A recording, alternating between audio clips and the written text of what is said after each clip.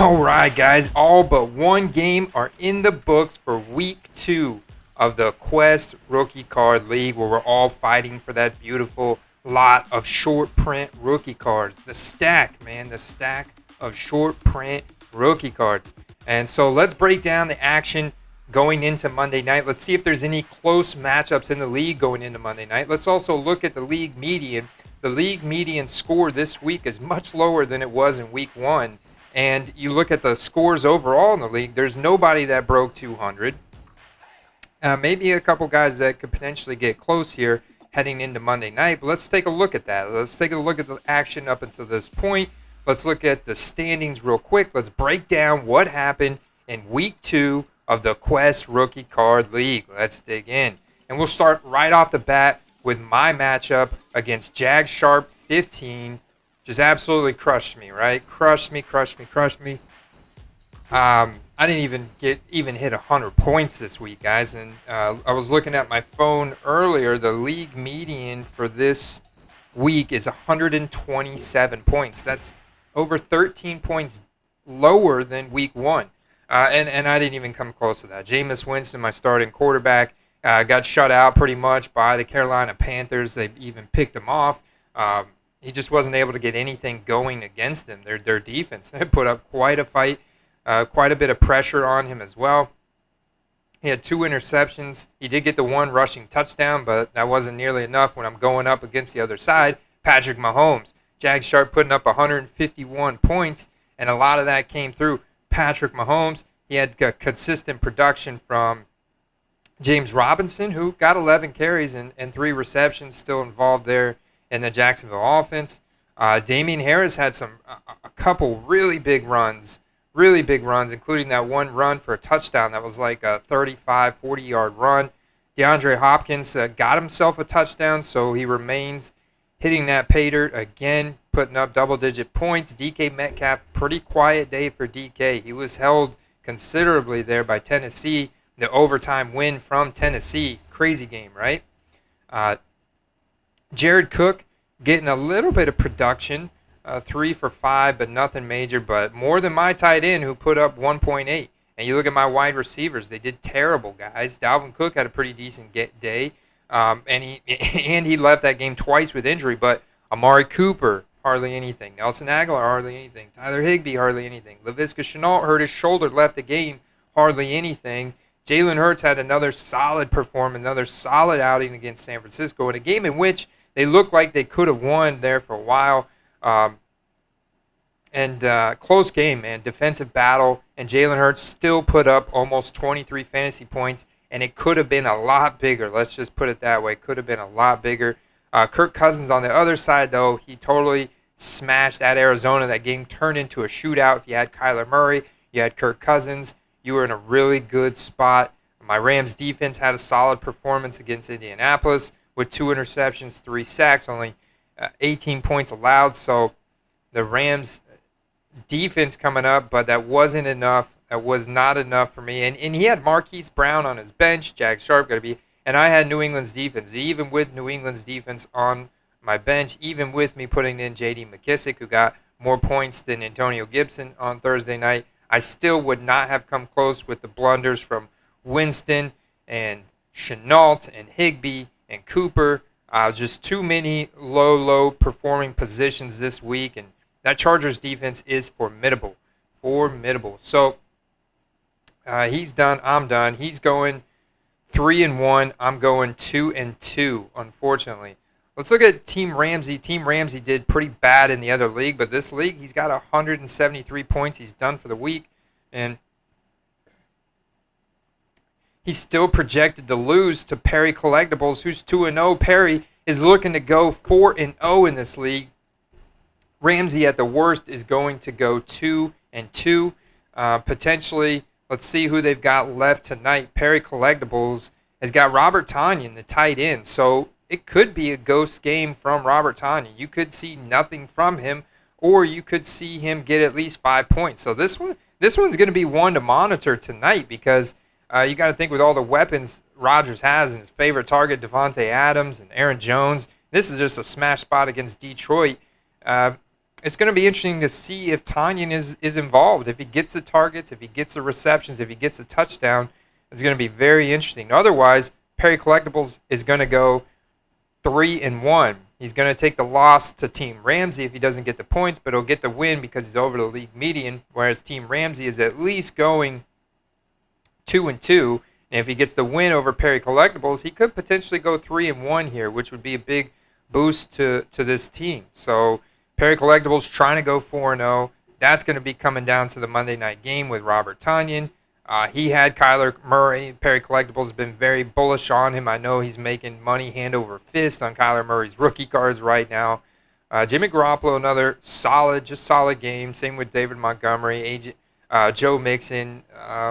It was decent, right? It was decent. Cincinnati was trying to get the ball going. They were throwing the ball a lot like they like to do, but Joe Burrow was throwing a lot of interceptions. And so they were behind for most of that game. And fairly quiet game from Myles Gaskin, although he did produce more than most of the other Miami offensive players because they got shut out versus Buffalo. Big game versus Buffalo there. Julio Jones finally hitting pay dirt, and his stat line could have been a lot bigger. He could have had almost 30 fantasy points in that game yesterday in that narrow overtime victory from Tennessee, them coming alive late. Derrick Henry absolutely smashed. T. Higgins had that costly fumble, man, and a drop that was uncharacteristic of T. Higgins, or is the fumble that I'm thinking of, the fumble from T. Higgins, very uncharacteristic. Tyreek Hill having such a quiet night last night, just not needed very much. Plus, the Baltimore defenders were putting up quite a game. So, I mean, it's amazing how many points Perry Collectibles roster has put up when it could have easily gone over 200 with Tyreek Hill firing on all cylinders, Joe Mixon firing on all cylinders.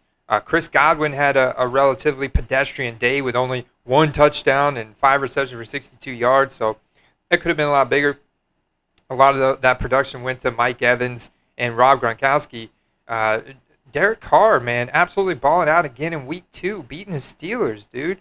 Beating the Steelers with a big passes to Henry Ruggs, man, and Brian Edwards, and, man, lighting it up. Justin Herbert, another solid day, but he did have 2 interceptions against that Dallas defense. There was points there where Herbert was not passing the ball very well and getting picked off by that Dallas defense. But, man, look at Derek Ramsey starting that Buffalo defense with that 42.75 points from the Buffalo defense. That really helped him out this week, get to that 173. But Perry Collectibles had Chicago's defense on the other side, man. He had Chicago's defense, another smart play. They had the touchdown. They had 4 sacks, 1 forced fumble, 3 interceptions, 1 fumble recovery, and a touchdown, and allowed only 17 points. Chicago's defense absolutely smashed.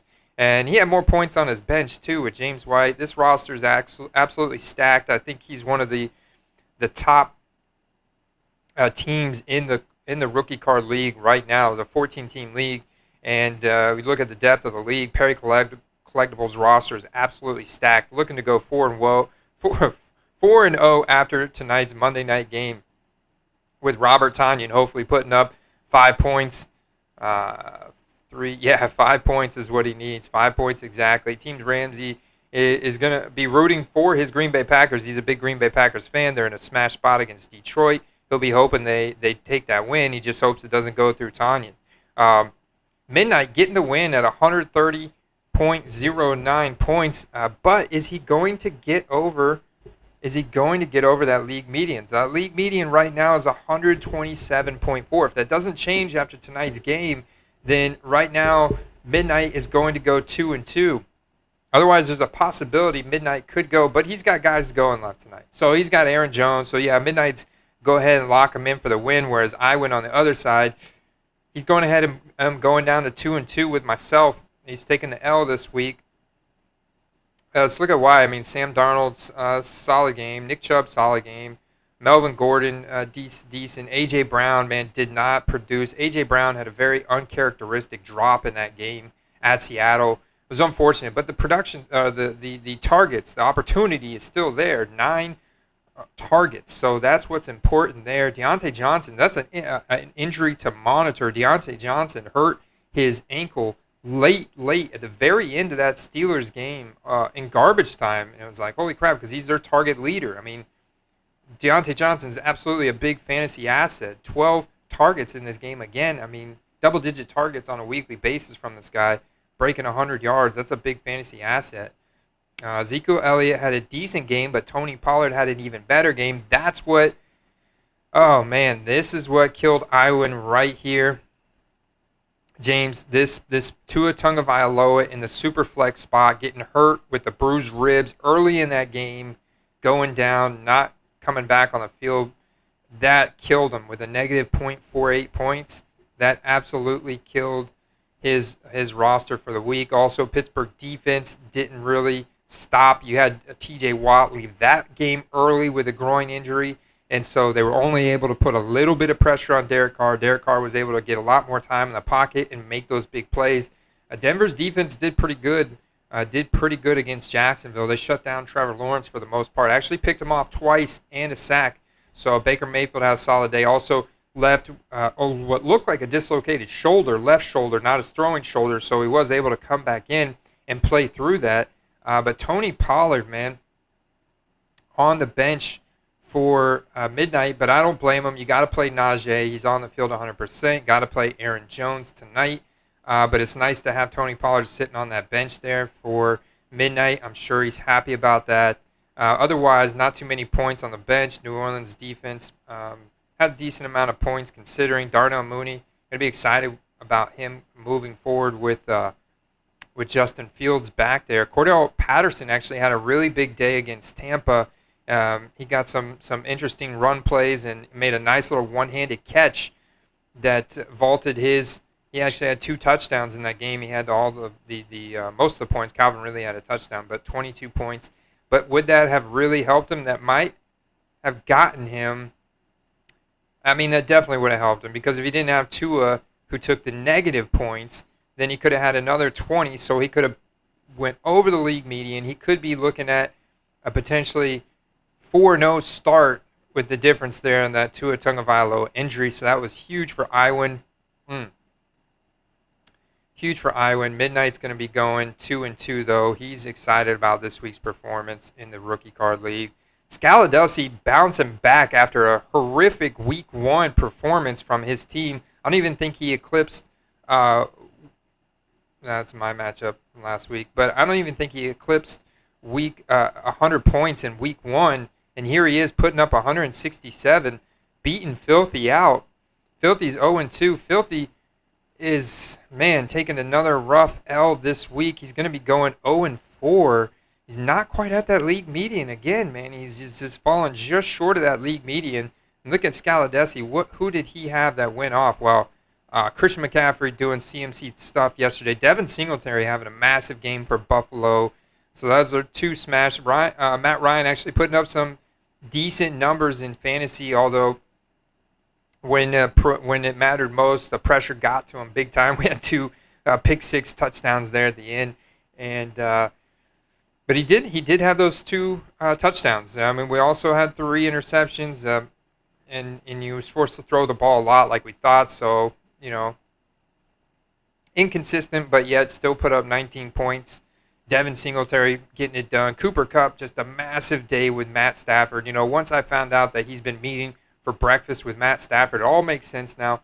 Cooper Kupp absolutely smashing again, 163 yards, 2 touchdowns, 11 targets that he turned to 9 receptions. He is the alpha now in that Los Angeles Rams offense. Justin Jefferson having a nice little pedestrian day, 6 for 10, 65 and 1. Darren Waller, not nearly at the target level of Week 1. Even Foster Moreau, the secondary tight end, vultured a touchdown from Darren Waller in this game.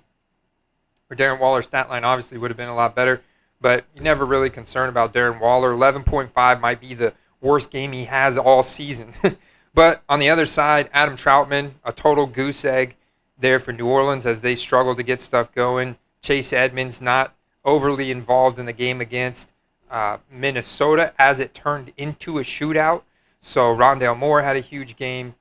DeAndre Hopkins found the end zone again. Kyler Murray obviously smashed. Christian Kirk had a nice little game again. Devonta Smith couldn't get going. I mean, 7 targets still, which is really promising. Just a very cat and mouse battle there, Philly and San Francisco. Some interesting calls there by the refs. Some big opportunities that just fell a little bit short. I mean, honestly, looked like Philadelphia could have won that game for a large part of that game. A-Rob, he did find the end zone with Andy Dalton, and Andy Dalton got hurt. Justin Fields came in. A-Rob was only targeted 4 times in yesterday's game, so very quiet game overall. That was another cat and mouse battle, defensive battle that Chicago just barely squeaked out as Joe Burrow was trying to make a comeback there at the end. And Justin Fields getting thrust in there, halfway through the game. He didn't play great. It wasn't bad. He did have 10 carries. And so we'll be looking to hopefully get a Justin Fields start here in week 3 to get a full game look at him. But shoot, man, Scalabrine started the Bucs defense, which was a massive play yesterday. I mean, the 2 touchdowns late in the game, the interceptions, the restriction of 25 points, which was more points that they scored than I thought they would. We also had a sack in there, which was not as many sacks as I thought that we would. So honestly, the Bucs defense could have played a lot better, in my opinion. But on the other side, Indianapolis was decent, right? I mean, that was Indianapolis had some pretty decent series against the Los Angeles Rams, but that Stafford to Cooper Kupp connection is really good, guys. And C does have some points on his bench, and Juju Smith-Schuster found the end zone, and Zach Pascal found the end zone again. So great pickup there in Zach Pascal. But overall, when you look at that, man, Filthy if he could have gotten some better points out of Devontae, Adam Troutman, the goose egg, really killed him there in that tight end spot. That tight end spot really killed him. Otherwise, I think he would have done just fine. He would have at least gotten a win from the league median. Scalabrine happy to go 2-2, bouncing back after that week 1. All right, let's look at Team Ridley Shelley, who's having a really good season so far in the other league. And she's still got, she's got some people going tonight. TJ Hawkinson and the Green Bay defense. That's not a bad selection tonight because they're playing at home against Detroit. And we'll see. I mean, Jared Goff completely immobile, really. So he is going to be passing the ball a lot to Hawkinson. I like that little stack with the Green Bay defense, running it back with Hawkinson there. So she's going to put up more points tonight for sure. Already over that league median and already a 93% favorite over Eric. Let's look at what Eric Sheff's got left to go tonight. So this is going to be a close one to watch because he's got Aaron Rodgers still to go. Aaron Rodgers is still to go. Aaron Rodgers is looking to absolutely smash tonight, make a statement that week 1 was just a one-off, was a blooper, if you will. And he's really looking to come out and make a statement tonight at home in Lambeau Field against a soft Detroit defense that was just tore up last week in week 1 by the San Francisco 49ers. You got to think it's a big game for Rodgers, Devontae Adams, Aaron Jones in the works.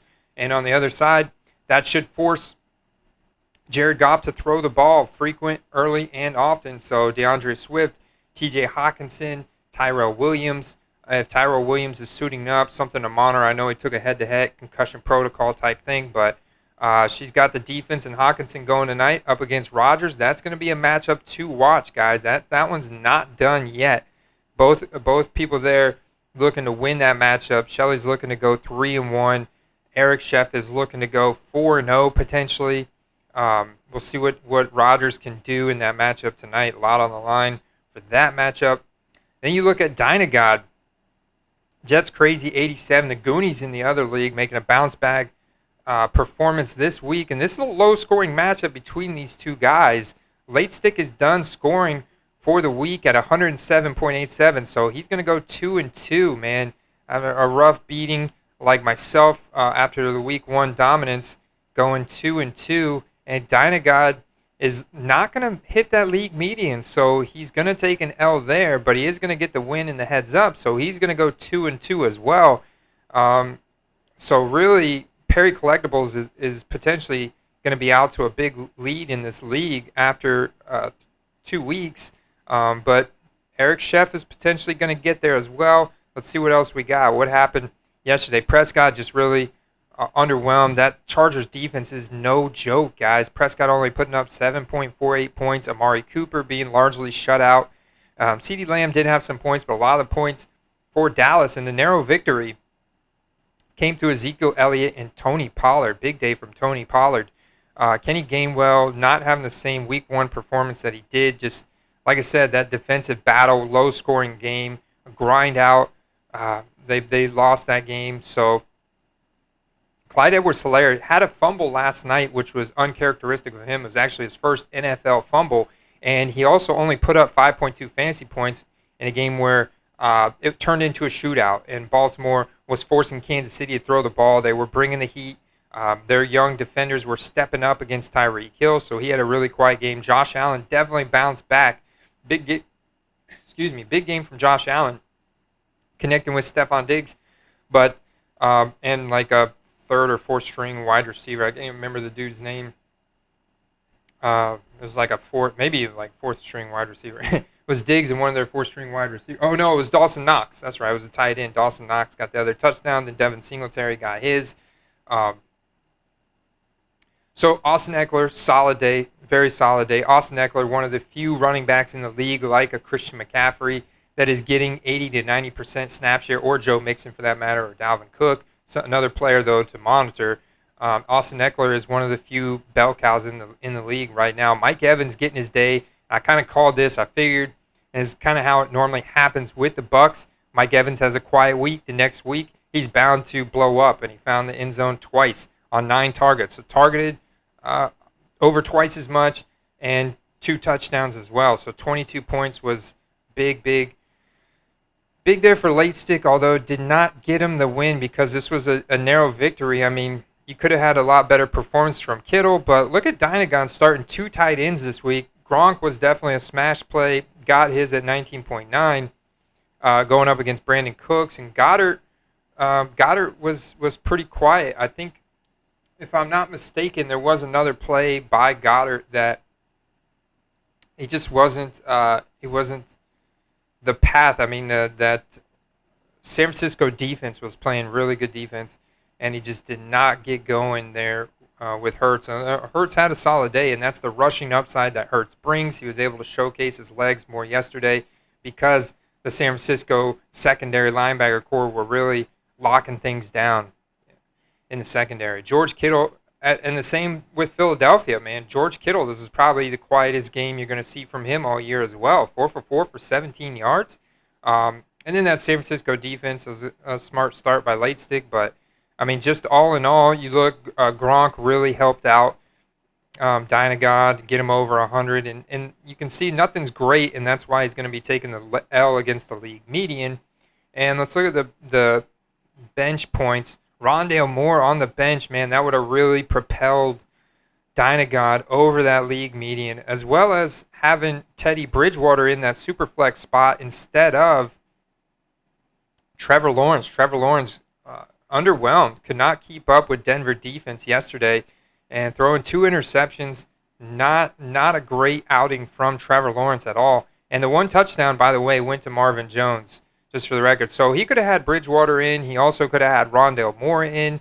That would have really, he could have had Gronk in his tight end spot. Kittle, hard to bench him, but he could have potentially had a much better roster yesterday. So he left quite a few points on the bench, but he's still going to take the win in that matchup, just not against the league median. Just not against the league median. That's why I love that setting.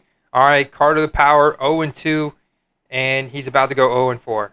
Sorry, Carter. Not a good week for you, buddy. Not a good week, as Joe Burrow really struggled against the Bears, throwing 3 interceptions, didn't get going till late in that game. He did have a touchdown to Jamar Chase, so I'm sure you were happy about that. I mean, they finally did get something going, but Chicago's defense was playing really good. Mr. Dominator's happy to bounce back in this league after that beating he took in week 1.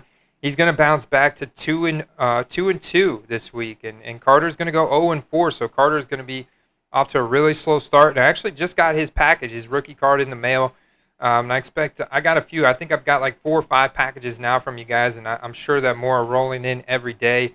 And, of course, Lamar Jackson was a big key for Mr. Dominator. Elijah Mitchell, who got hurt. I mean, the San Francisco running back, I mean, they're going to be maybe signing somebody this week. I don't know. Like 3 or 4 different running backs got hurt on Sunday on San Francisco. Elijah Mitchell got hurt. Trey Sermon got hurt. JaMychal Hasty got hurt. So they've got a running back injury bug going around in San Fran that is really just killing them right now with running back injuries. Javonte Williams, pedestrian day. Calvin Ridley, pedestrian day for him. He did find the end zone, though. Otherwise, it would have been really bad. Terry McLaurin, alpha, solid day. But he played with Logan Thomas as well, who you got to be happy about. Logan Thomas had 7 receptions. I do think Heineke is going to get better here in Fitzy's absence. Jalen Reagor, man, only 1.5, man. He was rolling the dice with Jalen Reagor yesterday. It didn't pan out, but Corey Davis, I actually benched Corey Davis in the other 2 leagues that I had him in, Carter, because of that matchup against New England. I could see that going very badly, and I was right. I was right in that prediction. Corey Davis, 1.8 fantasy points, and the Jets were pretty much shut out by New England. Zach Wilson threw 4 interceptions. Absolutely terrible. So he handcuffed him. He stacked him. He had Zach Wilson and Corey Davis has absolutely killed Carter's lineup. Not to mention only 1 point from his tight end, Cole Kmet. So it doesn't matter that he's got Swift and Adams going tonight. I mean, you look at even 30 points from each, that's going to get him to 140. So technically, he's still at a 4% chance to come back, and he could potentially hit that league median, could potentially win the game, but he is going to need. So this is another one to watch tonight because he is going to need about 60 points. About 60 points, just under 58 points. He's going to need 58 points between DeAndre Swift and Devontae Adams, and you could see it. You could see that. You could see Devontae Adams getting 30, 35 points tonight with the touchdowns and the receptions and the yardage bonuses, potentially big play bonuses. And DeAndre Swift, you could totally see them having to throw the ball a lot, which fits well into DeAndre Swift's style of play and skill set, and DeAndre Swift could absolutely get 20 points, in which case 23 points, in which case Carter hits that league median. He hits the win over Mr. Dominator, so that's a big one to watch tonight, guys. So those are the big matchups to watch tonight to see what's going to happen, because you got 2 teams that are 0-2 fighting to get on the board, beat that league median, get a couple wins under their belt, man, and he needs a big night from Devontae Adams and DeAndre Swift. At the same time, you got this matchup against Eric Sheff trying to go 4-0, or at least 3-1, and you got Shelley, who is also trying to do the same thing, all battling for those rookie cards, guys, which I'm looking to do the prize pool reveal video later this week, maybe Friday. I should have all the packages by then from you guys. I've been seeing the tracking, the packages come across. So enjoy that game, Monday night game tonight, guys. I hope you enjoyed this breakdown. I will be back real soon to preview Week 3. Look at the standings, the final standings after tonight's game, and then preview Week 3's matchup, as well as the waiver wire claims. I guarantee you the waiver wire is going to be pretty wild this week with all the little injuries and stuff going on, shake up in the NFL over the weekend. So until then, peace.